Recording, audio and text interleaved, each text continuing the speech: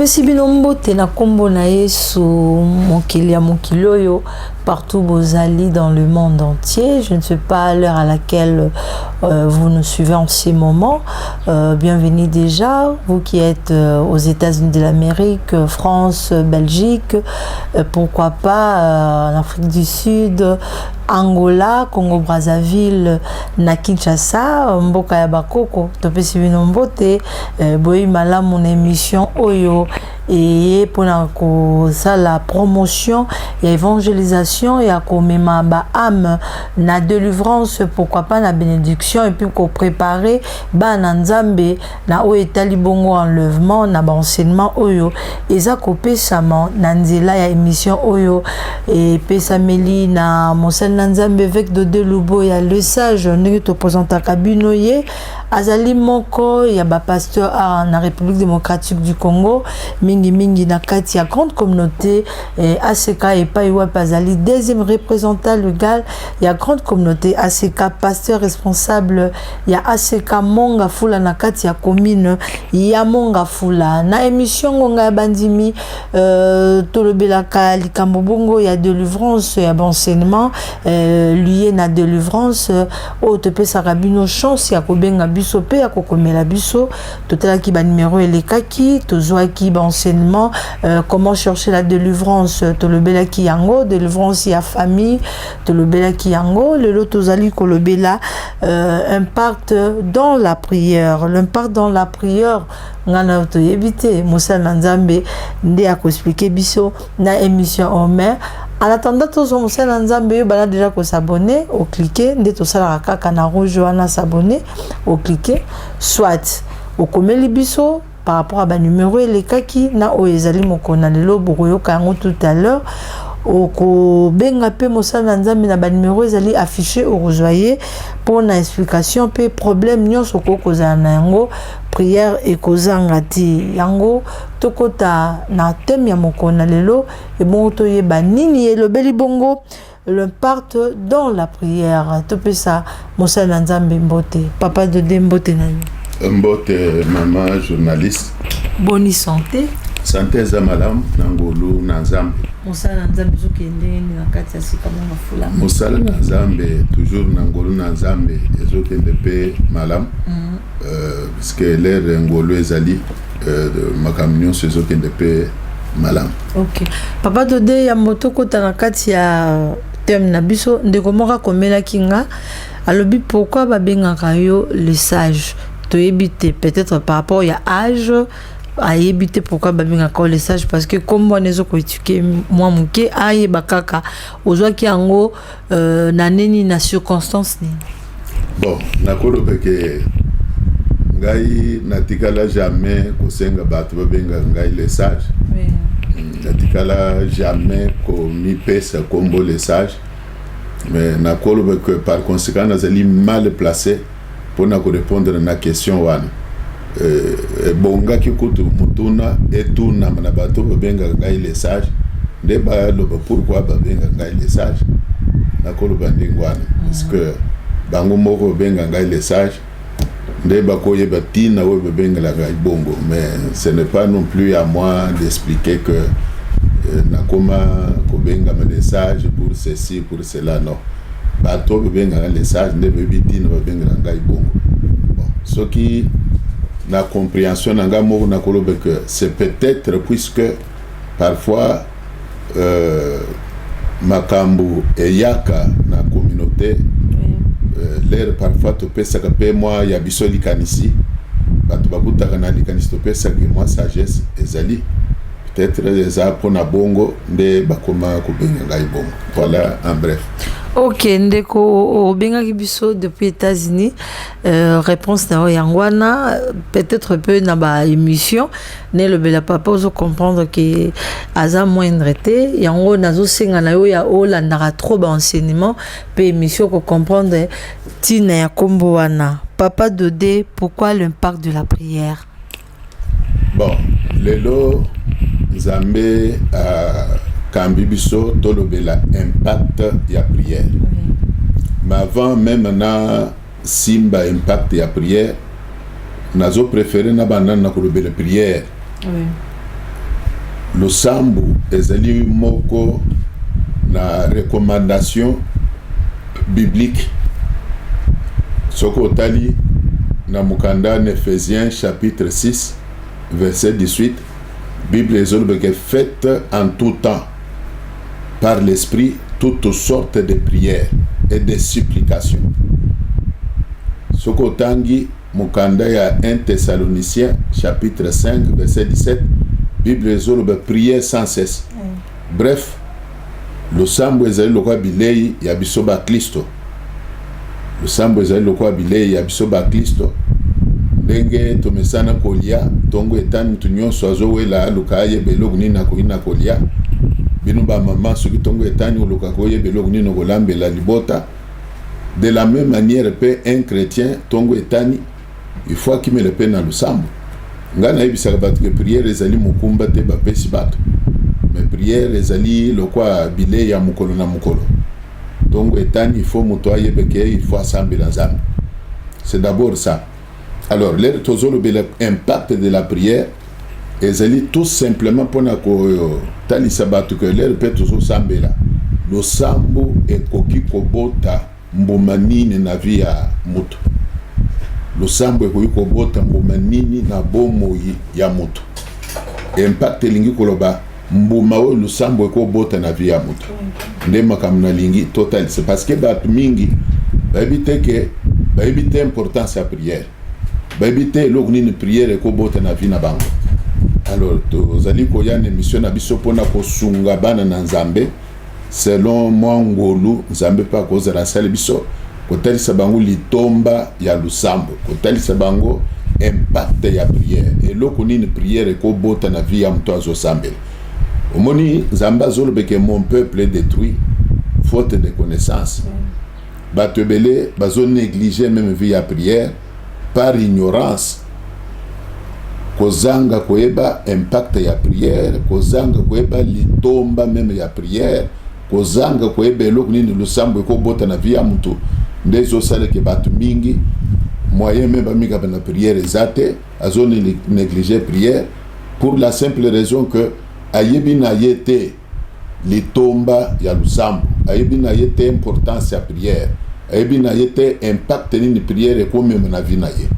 Voilà pourquoi pour répondre à ta question tozoloba que lelo tolingi kosunga peuple de Dieu na kotel sabango avec quelques exemples bibliques à l'appui. Oui. Et l'okonine prière et kobota na vie ya mto asambela. OK. Avant tout appui à verset biblique na lingi na tuna papa te belo lobi que négligera prière par ignorance, mais quelque part bazo prier peut trop bazo mona na bango résultat te za tout sous bana vie ne mombeza na prière, mais prière ngoza na résultat te. Comment redemeurer ka ko sambela. Merci pour la question nayo. Mon oiseau demeurer na ko sambela ndenge yo lobi pour reprendre tes propres termes. Azo mona résultat te.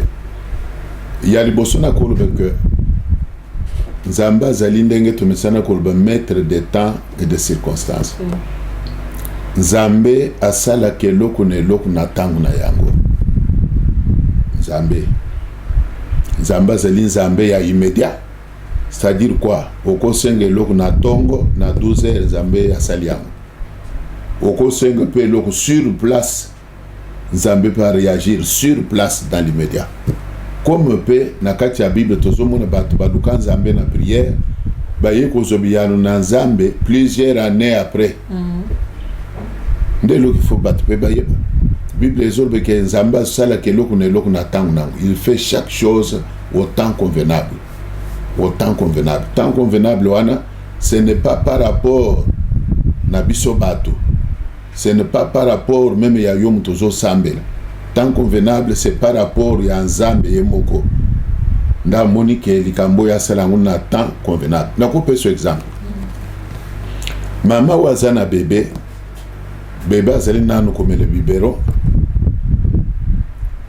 Il n'est pas arrivé un jour que maman a lambi miliki ya biberon ya bébé naye. Mais pendant que maman a prêté biberon, ndenge toyebi ezalaka moto. Maman ko kamata biberon ya moto ta pesa mwana. Nokite tumbaye na moko. Maman kamata biberon alambi ebelemi atie soit na moi mai ya pio. Mili ke se refroidi resti la moto. Mais mbala mingi ekoma que pendant que maman zose la mili qui est si la moto wana bébé pa iboya bandi kolela. Bébé abandi kolela mwa kolela ya bébé wana epesi maman mutema passe. Okomona maman ki asimi biberon ayeba soki asili moto. Soki akuti biberon moto esilite. Est-ce qu'à couper ce bébé pour bébé azolé? À couper ce yété. Pourquoi couper ce yété? Puisque biberon moto esilite. Azose le biberon et c'est le nini. Et c'est le moto. Mais parfois bébé yébité. Que oui maman zosa les a pour l'intérêt naïe. Au moins le bébé a matissé les sous collés là. Moi. Parfois na muto azo bandi pe komitono o yango aza mero abotanga yube za msusu. O vraiment ce qui azala ki mero abotinga ndenge nazo lelawa akupesa na le miliki te azo donc on dirait azo yokanga ite ou bien ndenge nini. Bébé ko banda ko mirmire. Je crois que l'exemple on nous comprend. Oui. C'est de cette manière que beaucoup de chrétiens parfois manquent de la patience. Bah il faut bailler que l'air opposé li kambwe pa na Nzambe. Ce qu'autant dans Psaume, je crois, chapitre 37, Bible que recommande ton sort à l'Éternel, mets en lui ta confiance et il agira. Oui. Il agira là, c'est au futur. Mais dès lors que tu recommandes ton sort à Dieu, il faut apprendre à être patient. Il faut apprendre à faire confiance à Dieu. Il faut apprendre à savoir que Zamba zobong ses réponses laquelle réponse viendra au temps convenable et non à temps au yo linguan. Au total, c'est ce qui fait que ndengo lobi ke bat misusu bazole ba bondeli amone logote il faut bat baïbe ke nanzela nanzambe pe faut que vous en la patience. Na ko pe ce exemple misusu ya mukata bilanga bato bakata bilanga balona quand même ndunda baïbe qu'il faut disposer du temps ya kobalula mabele.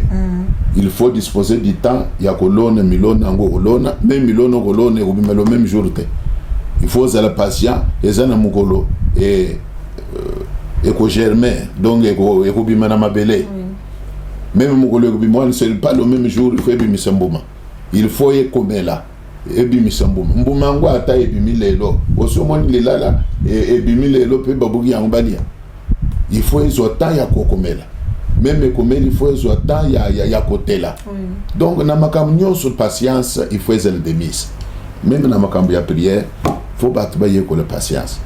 Voilà, il faut avoir de patience tant aux aliko bonde la kolukanzambe et lobi maloba ya mosala nzambe avec de lobo ya le sage otoyambi na plateau ya ngonga ya bandimi une fois de plus na kati ya chaîne oyo bozolinga mingi bozokomela biso avec de lobo ya télévision officielle na kati na thème monene oyo ezolobela impact de la prière au mosala nzambe a évoqué to bandaki na ye pe tozo koba tokende kosukisa mais yamboto koba tokozwa question oyo eza vraiment très capitale oyo et trouble un peu ba na nzambe belé part de la prière oui que ça la prière mais part yango papa o tolito yeba eza ya ndenge nini ekomema na kati ya prière selon ma commune nzambe na thème oti ko le biso que part de la prière tant mutaza ko bondela influence nini prière ko mema na vie na ye. Merci maman pour na mutuna na yo. Je préfère ici recourir à la Bible. Oui.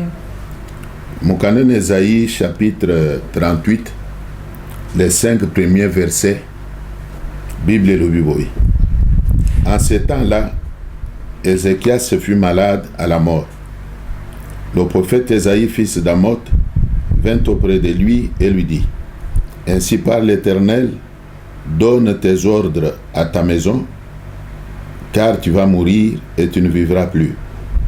Ézéchias tourna son visage contre le mur et fit cette prière à l'Éternel. Ô Éternel, souviens-toi que j'ai marché devant ta face avec fidélité et intégrité de cœur, et que j'ai fait ce qui est bien à tes yeux. Et Ézéchias se répandit d'abondantes larmes. Puis la parole de l'Éternel fut adressée à Isaïe en ces mots. Va et dis à Ézéchias, ainsi parle l'Éternel, le Dieu de David, ton père. J'ai entendu ta prière, j'ai vu tes larmes, voici j'ajouterai à tes jours 15 années. Oyo ezali likambo esalamaki. Ézéchias, à la lumière ya makomi na tangi, azalaki musambeli. Azalaki moto azalaki na vie de prière. Otuni ngai impact nini prière ekomi na vie ya moto. Ya moto pesi exemple pona kotalisa ndeko oyo akimelaki na prière, bongo prière asalaki ebotaki nini na vie na ye. Ézéchias azwaki maladi. Les razobela na bumutu na ye, et comme il était croyant, elike na ezalaki ke akubika. Mutu nyonso abelaka, mutu nyonso azaka na maladi, susi na ezalaka ke Nzambe abikisa ye. Na like te même ye Ézéchias, susi na ezalaki ke Nzambe abikisa ye. Mais contre toute attente, pendant qu'il s'attendait à la guérison, Bible résolve que Nzamba tindi prophète et pas inaye. L'air yé pas fandi na mbetu na ya malade amoni prophète à côté na kanisa réaction na ye aliboso ezaki ke nabiki musali Nzamba ye kutalanga nabiki oya memeli nga kusambela soit pona ngai nabiki ou alors memeli ngai message ya lubiku. Mais malheureusement prophète afunguli munoko azoloba Nzambe atindi ngai na yebisa yo ke nakubela oyo ozobela okubika te ozokufa. Ainsi parle l'Éternel. Ozokufa. Prophète alobi te ke Nzambe atindi ngai na yebisa yo bandoki babongisi okufa. Mais prophète azoloba bien que ainsi parle l'Éternel. Oui. Tu ne survivras pas, tu vas mourir de cette maladie. Donne tes ordres à ta maison. Il faut bande kubalandangai bien. Que message prophète amemaki et utaki epa ya Nzambe. Nzambe atindi kine lobana ye azokufa akubika te. Mais les Ézéchias pe azui sangoana. Bible ezolobe que mbala moko a recourir na prière. Abalule longiatali na mur. Afukami, abandi ko sambela. Na prière, pourquoi d'abord recourir à la prière? C'est que il avait la foi que dans la prière à cause de délivrance. Dans la prière, décision dans Nzambe ko changer. Dans la prière, esprit de mort et ko longwa. Dans la prière, même si c'est déjà c'est bon, il s'est pour na yeso ka sambeli. Serike wane ko longwa eko panza na kutu andima kibongo ndangwana lera yoki likambo ya liwa. Bible ezolobe que akimeli na prière, il a recouru à la prière. Nazolinga na occasion ebande kubazola ndanga bayibe que prière échange kama kambo. Prière eko bimise mutu neta ya pasi eko tisi mutu neta ya esengo. Prière ekolongolo mutu neta ya bilakeli mabe ekotisi mutu neta ya mapamboli.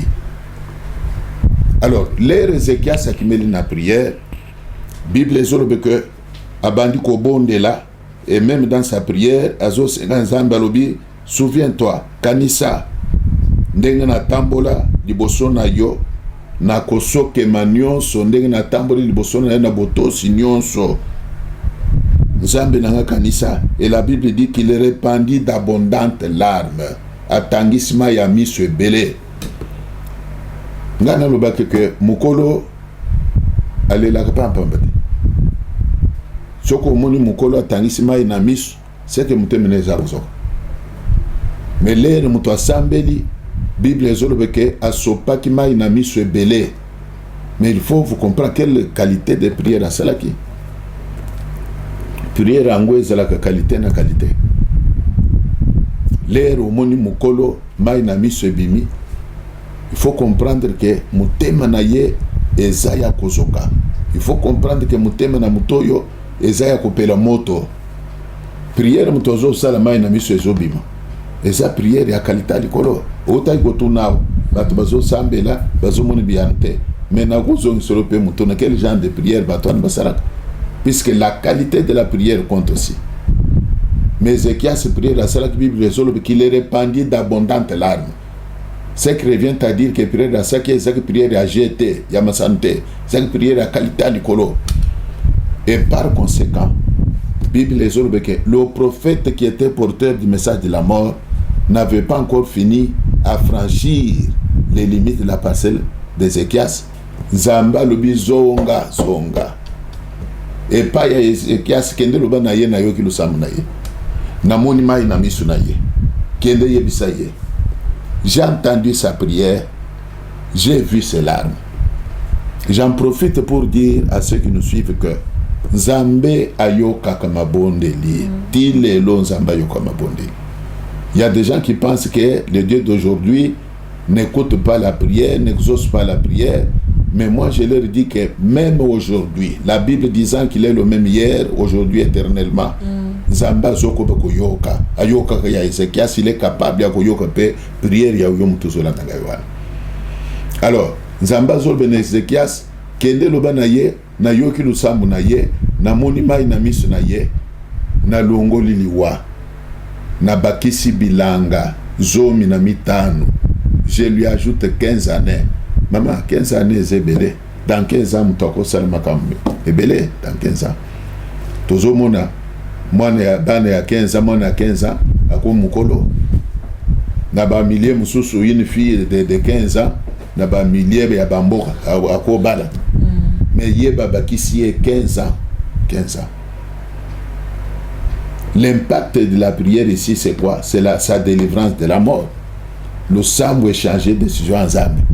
Nzambe atinda ku message ya kufa asambeli lusambo échanger Nzambe na langage ya Nzambe échanger Nzambe lobi na bakisi 15 ans. Nzambe continue lobi je le délivrerai non seulement lui et même cette nation. Donc nous voyons ici que le sambo est changé de décision en Nzambe. Si le sambo est changé de décision en Nzambe, combien plus le sambo est changé de décision à Bandoki? Puisque bandoki pe balia kabato bandoki ba bloka ka via bato ukuti mutu malongeza la katena vina ye maboko bandoki mais soki mutu asambeli décision bandoki bazwa ki wana oko botate e ko changer o boti pe décision bandoki bazwa ki oko balate échanger o bali décision bandoki bazwa ki oko zo musala te lokutana bango ozupe musala o bandu simbe pe là. Donc le sambo e ko changer décision. Même il y a noko yo a bloqué vie à bana liboto mobimba. Mais s'il arrive que na bano ya bloqué vie moko luki Nzambe na prière, décision noko pour na ye ko changer. Okay. Alors il y a Nzambe pour Ézéchias et changer. OK. Impact de la prière. Nzambe pour Ézéchias a changé qui décision. Papa to kozasu so motuna o vraiment eza motuna mosusu ya malamu mingi koleka. Au-dessus de la saison Ézéchias, Nzambe a changé de décision par rapport à la prière. Et ça, quand Ézéchias a un problème, il y a l'esprit des morts, il y a un koufa. Nous avons un problème dans le mariage, il y a un problème dans le musala. À cause de la prière, il y a un après ça prière il y a modèle nini pour ils allaient pas exaucer pour na moni na débatté et ça na genre ba prière ça approprié pour na kamoro boyo bien dingini genre ya ba prière ya ko sala c'est autre chose. Oui. Mais le rôle tuni na ko répondre en disant que prière d'abord yango moko ezanini c'est l'expression de ses désirs. Motozo talisa Nzambe posa na ye. Motozo talisa.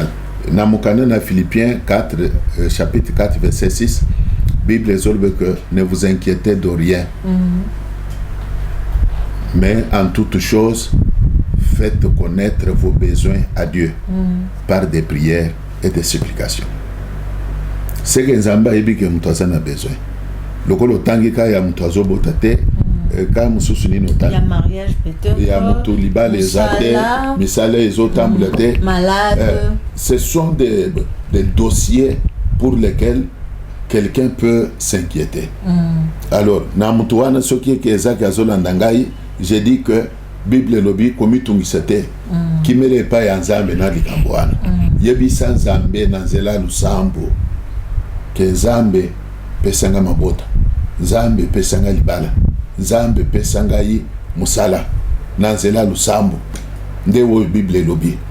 Il y a aussi un verset Bible zobe que si quelqu'un est dans la souffrance, qu'il prie. Qu'il prie. C'est que Nzambe yebi que le sambo esilisaka pasi. Moto ya botaka te eza pasi. Eza pe ya yeli kambo. Le sambo ekosilisa yango. Moto azeli que parfois atanga azana ba diplôme universitaire mais musala ezate. Asala nyonso azo musala ezate. C'est que moto azakati na pasi. Solution nango ezani faut qu'il na prière. Soki na zongeli kawo ya Ezekias. Na kolobe que na baka wana, il est vrai que tout n'est pas à spiritualiser. La lingolo benini nyonso ezaka ya tolo beteka mutoba lokiye. Non, musupe koza na kaka makamususu. Ya mutu parfois les razo ke ne kulugo musala parfois examen ndenge zalaka wana ba sala examen test wana d'embauche mutu akatani azoko kuzwate. Mususu pe ekozala leri tozobe libala wana. Mais ye moko pe kaka na ndenga bo mutu boye amitika kaka ndenga bo mutu boye amitika na ye amitika suneni papa bo amitika puisque il faut trop magamsu pe kolele vraiment to nyonso eza ya spiritualiser te amitika na ye tongo etana eza na bana basi misusu mama baye bakokozwa soin ya nzoto ete. C'est aussi une réalité toko zanga kolobele yango te. Amitika na ye azana ne kaka bongo ondira azana kizamvwete alors que tozana kati ya kishasa bonga so za puya na kafu puya olata nzoto ma nyonso wana ezoko tazana c'est part dans la puya papa mais écoute kasi na isayo makamsu super photo lo bango polele donc fille il faut être peu présentable tozo mona na kati ya Bible zo lo bakam susu yawo elle était belle de figure belle de voix belle détail. C'est que pourquoi la Bible est autant que les ya beauté, belle de figure, belle détail. Et ça m'a campé, ils ont compté. Moi, s'il faut, trop vite que Zamba beauté yo, asale yo muindo, ou comme mundele, non, trop bien. Mais il faut ne fût que savoir prendre ou faire des soins corporels, pour entretenir muindo wana. Beauté ya mutu ezaka pembete. Eza na basi misusu pembe maza belle te. Bien gaza pembe. Beauté za ki pembete. Beauté za ki mwindu te. Mais beauté c'est autre chose. Na lingina lobani. Na makambo ya que moto il faut abala. Hormis makambo spirituel tel que envoûtement. Mais makambo so ezape kaka ya makambo naturel oyo moto ayebe comprendre soin dans autres. Mwana mwasi ayebe kusukola. Mwana mwasi azalaka pe propre. Mwana mwasi azalaka pe moins présentable. Ça compte aussi. Nde loko pe ko sala ke mobali pe amona asepela. Mais l'air ozo la kaka omitiki na yo. Tongo etani nano chia ata brosse na mnokote ozo katisi 5 parcelles. OK ko bete masolo. Mais muto azo bete masolo parfois lela alalaki so ye tangaki ko toyo. E kauki etiki mwa pembe tiki boy. Mais ya yebite kazana pembe wana na nide. Ba poti na miso. Ye wana bakomi kaka na kwa ya balabala azo beta masolo azo ganga nanyo azo sa mama quartier où il bayebelio na modèle wana ya légèreté wana quartier bayebelio azo kaswe ya nzo tute atakutu mobali aye parce même si mobali angu pe atula po mobali pe batulaka aluki mwasi tazo kate sur akuti mwasi ya boye mal propre. Parce que akulinga ye akobanda même li solo yake na moni na spell na yo et le côté ndak mobile pas spell na moi c'est ça peu propriété. En dehors de ça il y a aussi l'aspect spirituel. Tozana mokili, diable, ndenge Bible qui le rôde comme un lion, rugissant, cherchant qui dévorer. Diable azali azo bloqué via bato. Ndoko okuta mwana mwasi kutu présentable, okuta mwana mwasi kutu propre, okuta mwana mwasi parfois français na monoko, mais libala te. Okuta mwana mwasi asalaka azana mbongo. Akomulu kome mubali ya alinga ye moko apese mbongo ya kubali ye. Mais mubali wana azozalite. Kaya boye ezali kambu ya mvutuma. Kaya boye ezo 5 mutuari kuri na prière tozolo bela. Oui. Mais comme tozolo bela impact de la prière. Moi si aboye il faut yebeke le sambu ekobi misaye na mulangyo bacha esprit na ye. Le sambu ekobi misaye na lycée ko bacha vie na ye. Au monde peut abali, abala rete abali. C'est-à-dire que prière est comme ça qui est impossible et comme impossible. C'est ça que nous voulons que Batubayeba. C'est cela. C'est cela. Aspect spirituel, Wandeza est belé dans Moyale. Ce qu'on t'a dit, même dans l'église, il y a beaucoup plus de célibataires que de mariés. C'est vrai, Togo, les temps. Maman, tant où ils ont rendu les alaka. Mais en même temps, où ils ont bal basali. Basali, baso bal mikolonion so.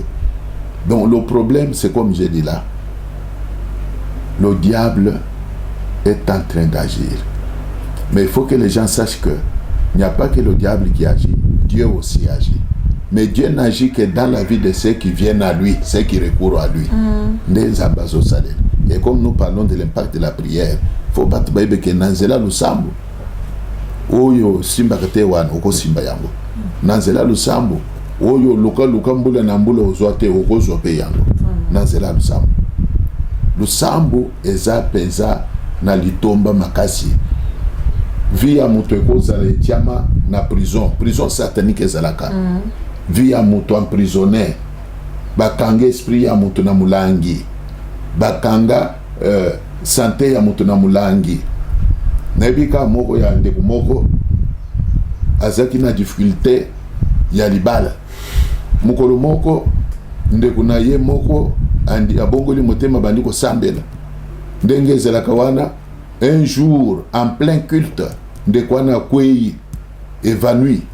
Milima be bandi ko agité na ko wana azokanga natikiye botuna ye sous-vêtement na ye ya rouge wana kenda wapi subatu tozwaka yango botuna ye batu nyonso bazoyo le sambo esili ndenge zelaka wana babenda sere na pembeni mwa lisolo. D'abord la voix qui sortait en elle c'est une voix ya mubali. Ya mubali ozo sentir voix ya mubali ya tata moko ya kala azoro na kati ya serwa. Mais ye moko ser voix na yezaki muke. Et après on lui demande oyebi mototel puisque motongo na tangi na ko na ye ngai ko na ye na bosa nde apesa kina ko batuni nani mototel azana ko na biso. Yo bongisa sous-vêtement ya rouge abia sous-vêtement nanga rouge bongaka seri moko boye ça fait 3 ans bande bunga et bongaka dans les vides na lokati na monate.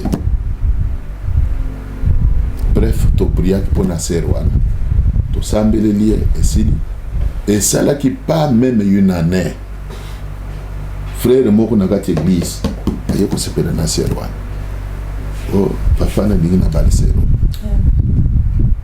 na biso totalan baba li ser to yo comprendre que il fallait ser avec na délivrance pour que les bala epé samelaye koko na yo wana nda bloka ki libala na ye azaki lo wana ndenge to lo bag mari de nuit na ye sur quoi bloquer mariage na ye. Donc c'est là que nous disons que le sambo est kobimisa mutu na kati ya prison satanique le sambo. Nako pe ce exemple msusu biblique. Oui. Ce qui toque na Acte chapitre 16 versets 23 à 26, Actes des Apôtres, chapitre 16e. Tokozo exemple mususu eko édifié bateau. La Bible dit, après qu'on les eut chargés des coups, ils les jetèrent en prison, en recommandant aux geôliers de les garder sûrement. Les geôliers, ayant reçu cet ordre, les jeta dans la prison intérieure et leur mit les cèpes aux pieds. Vers le milieu de la nuit, Paul et Silas priaient et chantaient les louanges de Dieu, et les prisonniers les entendaient. Tout à coup, il se fit un grand tremblement de terre, en sorte que les fondements de la prison furent ébranlés. Au même instant, toutes les portes s'ouvrirent et les liens de tous les prisonniers furent rompus. Kawoyo ezaka et Salamaka. Paul na Silas na ministère na bango et yaki koyak bakutana na mama moko azalaki na esprit ya mbikudi, azalaki kobikola bato bazopesa mbongo, ba maître na ye bazoprofite na musala wana. Paul aye kopamela démon azalaki kati na mama wana, démon abimi eye koyaka ba maître na ye bamoni gain na bango ebungi, ba pêche ordre bakanga Paul na Silas, ba beti bango bache bango na prison. Les Paul na Silas se retrouvé na prison mama. Batalani tokobima ondengeni. Na zolo makambo esunga pe muto azana kati ya prison ya bolika. Okoza la santé kangama. Okoza le libala ndenge tutukulo makambo libala we kangama. Okoza le mabote kangama. Parfois zo ebate koma okobima na se ya prison wana. Koma okobima na kati ya pasi wana. Landanga bien oyoka. Paul na Silas batalani balobi tokobima ondenge nini. Tokangami na prison tokobima ondenge nini. Directement baye kozo révélation nazo benga une révélation. Ya que poto bima place oyo faut to sambe. Nous devons recourir à la prière. Sinon te awo tokobima te po bazolo bachaki bango na prison intérieure. Bakangi bango na mabende na makolo pe na maboko. Moyen babi mezalaki te. Mais ils ont compris que par la prière bako bima place wana. Dans la prière même balien et kokatan, mabende wana e kokatan. Dans la prière bako bima na isika passe. Même de quoi à cause de la zone nangai pe, même si il n'est pas un prisonnier dans ce vrai sens du mot, mais tu es dans une difficulté quelconque. Ozana passe songolo, ozana mikakatan songolo. Ngana lingo yebeke nanzela prière okobima na mikakatan wana. Nanzela prière okobima na passe wana. Paul na Silas va comprendre qu'il le croit. Dans la Bible les vers le milieu de la nuit, ils ont commencé à prier et à chanter les louanges de Dieu. Babandi ko bondela, babandi ko bondela. Pe bazoyemba zembu ya lukumu na nzambe. Na kusambela. Lusambu ebouti. Bible ezolo que lusambu ebouti tremblement de terre. Et ça li sapongete. Mais c'est une réalité, c'est une histoire vraie le kambo salama. Tremblement de terre le reko salema. Bible ezolo que fondement ya ndako bloko ningani. Mbalamoko ba porte wo ezalaki hermétiquement fermée et fungwami yango moko. Et fungwami. Paul babimi. D'abord Bible ezolo que les liens de tous les prisonniers furent rompus. Mignolo lo nyosu bakangaki. Prière y a deux personnes et boti délivrance y a prison mubima. Prière à deux personnes et boti délivrance y a ba prisonnier nyosu. Il faut bande ko bazola ndanga ba yebeke lusambu ya mutumoko eko bote sengu ya libote mubimba. Lusambu ya mutumoko eko bote délivrance ya bana nyonso ya libota.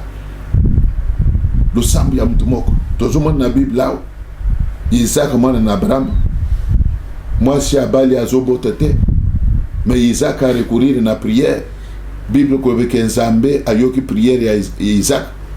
Moi si na yere beka kumbize ce qui était impossible est commis possible par l'effet de la prière, l'impact de la prière. Alors prière ya Paul na Silas et beau type de délivrance ya ba prisonnier nyos. Ya liboso ba mignolo ba kanga ki bango e katani automatiquement e katani. Ndeko à cause de la peine à kati ya balien ce qui a célibat, balien ya stérilité, balien ce qui a chômage, balien ya pauvreté. Il faut que le sambo et ko kata balien wana. Même yo cause na balien ce qui a ya limitation, ya yo vie et c'est la limité. Mombongo bando bande matakate, capitale matakate. Bien au contraire les autres qui tobe kokita. Balien il y a limitation ezalaka. Alors nous disons que le sambo eko kata balien nyonso wana. Paul basambeli yena Silas balien nyonso katani. Ba porte ezalaki fermé et fungwami. Nous parlons de l'impact de la prière. Tala musala du sambo ezalaki. Binyolo le katani. Tala musala du sambo ezalaki. Ba porte ezalaki ya kokanga me fungwami. Mama tozana ba tebele bakangele bango porte ya finance ye akozo akambonde bakangele bango porte ya misala ye akozo musala bakangele ye porte ya promotion baninga bandana bango musala na oyo bayesima ba mata grade ya matakate akoma kaka soga atali na télévision balakisi ata général mongolo promotion moko nangai masuwa nangai Mazama soana yo zaka major ya comme général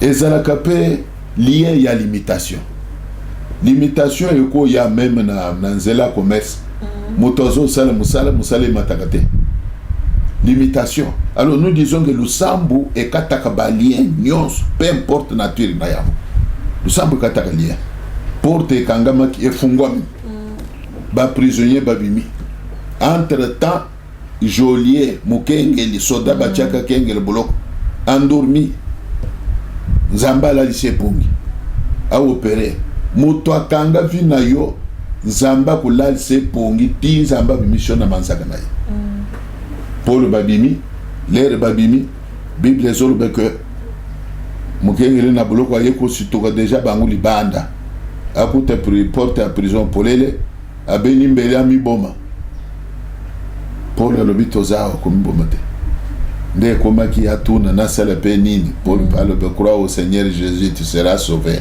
ndenge tu biso toza sauvé alors nous parlons de l'impact de la prière par la prière et boti délivrance ya Paul na prison le sambu ekobi miso mutu place bakindoki ya famille batia yohana à partir ya mutolo na yo bazwaki mutolo na yo bamesoki na monde na mulili bazwa mwa kitendi ya elamba na yo bazwa mabela sama kolo bazwa soki ba linge na yo mama olataka na ba période na yo ba meme na monde na mulili bazwa soki nini na yo vi na yo maboko abandoki. Alors nous disons que yo sambela lokan zambe na ba prière esprit na yo atabatia na se ya yebale na nzela prière zamba kopesa ordre et bale essence yo vie ezonge la yo makamnyo ezonge normal le sambu et botaka délivrance na vie ya moto. Ok, le sambo et botaka délivrance na vie ya moto. Tout allez continuer avec de lubo ya les sages tozo kende ko male mena suka ya intervention moko na lelo to lingi to na papa moto na oyo papa moto wi azana posa ya délivrance par rapport à thème autre pesi impact de la prière a ressemble wapi aya en église amata na ngomba akeli na chambre na ye poto moni kaya Ezekiel sabalusa kaya longi na mire na ndako na ya sambeli siko mutu wana akosa la formule nini ya prière pour que prière les allait exaucer soit à l'église soit na ndako na yo bien ndenge nini papa langa lieu oyo mais ma délivrance na kati impact dans la prière de toujours le bas de la prière. Bon nakoloba d'abord que nzambe na moya lelo bazoluka ye église na ngomba te ngomba na moya lelo eza na litomba moko te. Église comme partout eza esika bato na nzambe bazosangana mpona koluka elongi na nzambe. Kokende na ngomba eza na ntina te bakende kozwa yo na nyoka pamba ya nyoka aswi yo obandi koloba nzambe mpo anini otiki ngai. Nzambe mpe akotuna yo okende koluka nini na ngomba na zamba. Kasi prière te papa. Prière n'église biloko akende ngomba wana eza d'actualité te. Mais tozomona ba pasteur bazomema bandimi na bangomba bamususu pe eza ignorance. Bamususu pe à partir ya poto sambela mutu devant toza boye bandiko ebele baolanda biso bazobenga bakoko benga bo bazwa papa dode na problème akozala nango sikoyo prière wana eza pe na église te ekembaka moko na mboka mosusu eza pe ndenge moto akozwa bon ka oyo tokende nango na luzizi la be na mangengenge. Retraite eza biblique. Ya que mutu ako se retirer dans un lieu secret pour na kolokelongi na nzambe. C'est biblique. Mais eloko na lingi bato bayebe ezali ya que makambo ya kumata zamba o na ke ngomba ndenge osoloba wana eza d'actualité te. Eza biloko moko ya kala, eza biloko moko eza na ntina te. Yesu ayaki alobi l'heure est venue où les vrais adorateurs adoreront le Père en esprit et en vérité. Alors, ce n'est plus sur la montagne. Yes, il y a moko. Ça, sur le volant. Vérité, Zanine. Vérité, c'est la parole de Dieu. Tout le monde que même l'ère, il y a l'église primitive. L'église primitive, c'est un lieu de culte. La Bible dit que Dieu a ajouté à l'église plus de 3000 personnes. C'est un lieu de culte. Oyo zoga ke batu babanda koteka mapangu banda kubazomi mbongo au pied des apôtres et ça qui n'est qu'un lieu de culte. Mais na moya lelo il y a beaucoup d'églises à travers le monde. Ngana ko lobete ke muto azana besoin ya lisungi na nzambe aya kake pananga non, il y a beaucoup de ministres de Dieu. Il y a beaucoup d'églises. Na ko lobete ke muto azana besoin ya lisungi na nzambe aya kaka na seka monga fula. Non. Mais ce qui peut convaincre mutu que kao nazana yango na moni na kende pa ya musali ya nzambo na ladiwana na kuyamba ye na kutraiter kana ye ce qui peut mutu moni que kao ya zana yango malamu na kende église o musali na nzambo na landi ya zo sambe to kuyamba ye to kangile porte. Voilà un peu. Bon papa na moto tout le bien pas de la prière mais moto banda botama assemblée na été bazali ayeba tate nde basambelaka sikoa kosala ndenge nini mpo yango ezolobaki pas de la prière banano ndenge nini. Il faut akende vers un homme de Dieu. Oui. Il faut akende vers un homme de Dieu, vers un serviteur de Dieu ndakutalisa ye eloko nini akosala puisque makambo nyonso il faut koyekola comme on dit, il faut apprendre. La Bible dit que la foi vient de ce qu'on entend. Et ce qu'on entend vient de la parole de Dieu. Il faut toi qui est vers un homme de Dieu, ayebisaye, ce qu'il doit faire. Un homme de Dieu, sans distinction, donc un homme de Dieu. Un vrai homme de Dieu, un vrai serviteur de Dieu. Bon, il y a un vrai ou un faux. Mais il y a sur le bas que chaque arbre sera reconnu par ses fruits. À quel des cas, l'église est comme partout. À quel, mais les mais il faut aussi se servir de témoignages. Il faut se servir de témoignages. Qu'est-ce que je veux dire par là? Il faut que tu aies un millier de yosawan. Est-ce que ça, ceux qui ont sambi la gâte, vous en avez sambi la gâte. Oyo kokipe kotali sibange na lingi pe nazana posa na kutana na musali ya nzambe wa kwedenga na likam nazana yango bako orienter. Ok, bref papa to comme na suka ya Michel Absamoko na lelo tout le temps yeba vraiment démarche ya solo prière ezo mema na vie ya moto poto conclure émission pour battre ba retenir quand même na makamono surtout ko lobila démarche c'est que na ko lobeli loba suka en conclusion ezali que le sambu ezali d'abord moko na bibundeli ya mulimo. Oui. quand la Bible parle des armes spirituelles d'un chrétien, parmi ces armes-là, il y a aussi la prière. Donc, on a bandé l'introduction dans la Bible sambu et ça le quoi bilé ya mukolo na mukolo. Jésus lui-même était un homme de prière. Les Thomas, les apôtres étaient des hommes de prière. Le sambu bandé na bisoté. Moïse était un homme de prière. Ceux qui moutoisa mon Christ faisait le peu mouti à prière. Mais le lot ainsi tobeti caché sur impact ya prière. Le sambu comme menine na via moto. Ne otobeti c'était on a côté c'est que moutoisa na vie de prière, prière de se vacate, prière et sunga kaka. Même si est sunga dans l'immédiat. Les aux sambu les gens quoi zolona.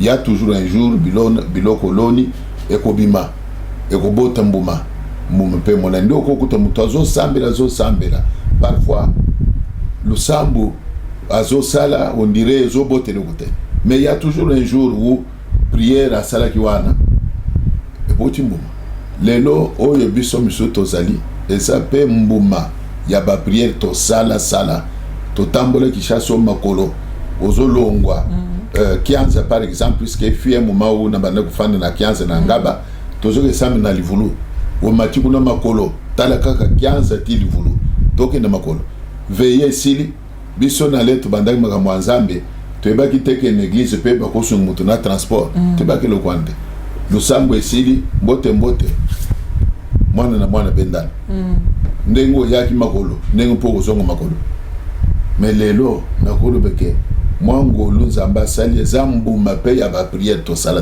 wana to lukan zambe na midele ebele lelo yo moi grâce et salemi ya parfois ba bazomona kaka o bazaboy to zaboy wane za fruit ya ba prière ebele o to sala comme dit Paul dans la Bible que j'étais dans la persécution dans saliboye tous les canaux bitaient soir donc il faut bien que dans la prière souka mutu faut montre beaucoup dans ça. Ok, voilà, ça n'est fini pour aujourd'hui. C'était là le vec de Delouboya, le sage, dans le part de la prière. Le part de la prière, Bozui, du début jusqu'à la fin, explication Moussa Nanzambe, profitez, Namambouti Kolobama Awa, pour que vous solution, na problème, na solution, Izakaka, Nandila, ya prière, toujours rendez-vous, na numéro Yasika, ou Izali Koya, na émission, et Kolandama. Mbote, bo, pe botika malamu.